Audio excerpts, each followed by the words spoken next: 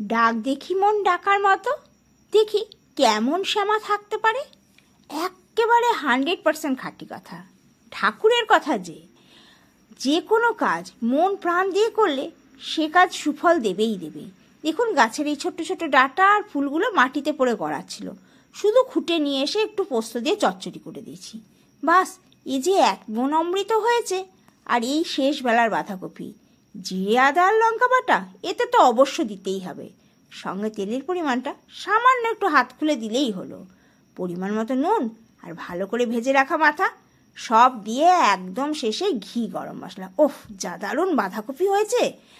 এইবার চলুন, গরম তো পড়েছেই, আর এদিকে আমার অর্ডারও হচ্ছে জানেন, দই কাতলা। ব্যাস, আর কি, লেগে পড়লাম। পেঁয়াজটাকে কুচো কুচো করে নিয়েছিলাম। এবার দিয়ে দিলাম জিরে, ধনে, লঙ্কা বাটা।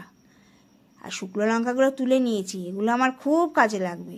এইবার দিয়েছি রসুন, সামান্য মশলা ধোয়া জল। ওদিকে মশলা কষুক, এদিকে ততক্ষণে দইটা একটু ভালো করে ঘেটে নিই।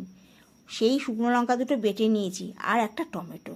রংখানা যা আসবে, একটুখানি শুধু সবুর করে যান। পরিমাণ মতো নুনটাও দিয়েছি, মাছ ভাজাই তো নুন দিয়েছি, সেটা খেয়াল রেখেই দিলাম। এইবার দই দিয়ে যতক্ষণ ডানায় আমার জোর আছে নেড়ে চেড়ে একেবারে মশলাকে কাবু করে দিয়ে দিলাম জল। ব্যাস, মাছ দিয়ে এবার একটু ফুটিয়ে নেব। সবশেষে সেই একই মন্ত্র, ঘি আর গরম মশলা, দই কাতলা একটু লাগবেই লাগবে। আর এবার চলুন, সব কিছু রেডি, এবার ভাতটা গোছাই।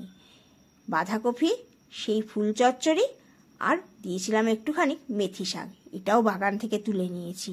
এবার তো গরম পড়ে যাচ্ছে। আর এই দেখুন মাছের রংখানা কি হয়েছে, এটাই তো বলেছিলাম। তবে আসি, কেমন?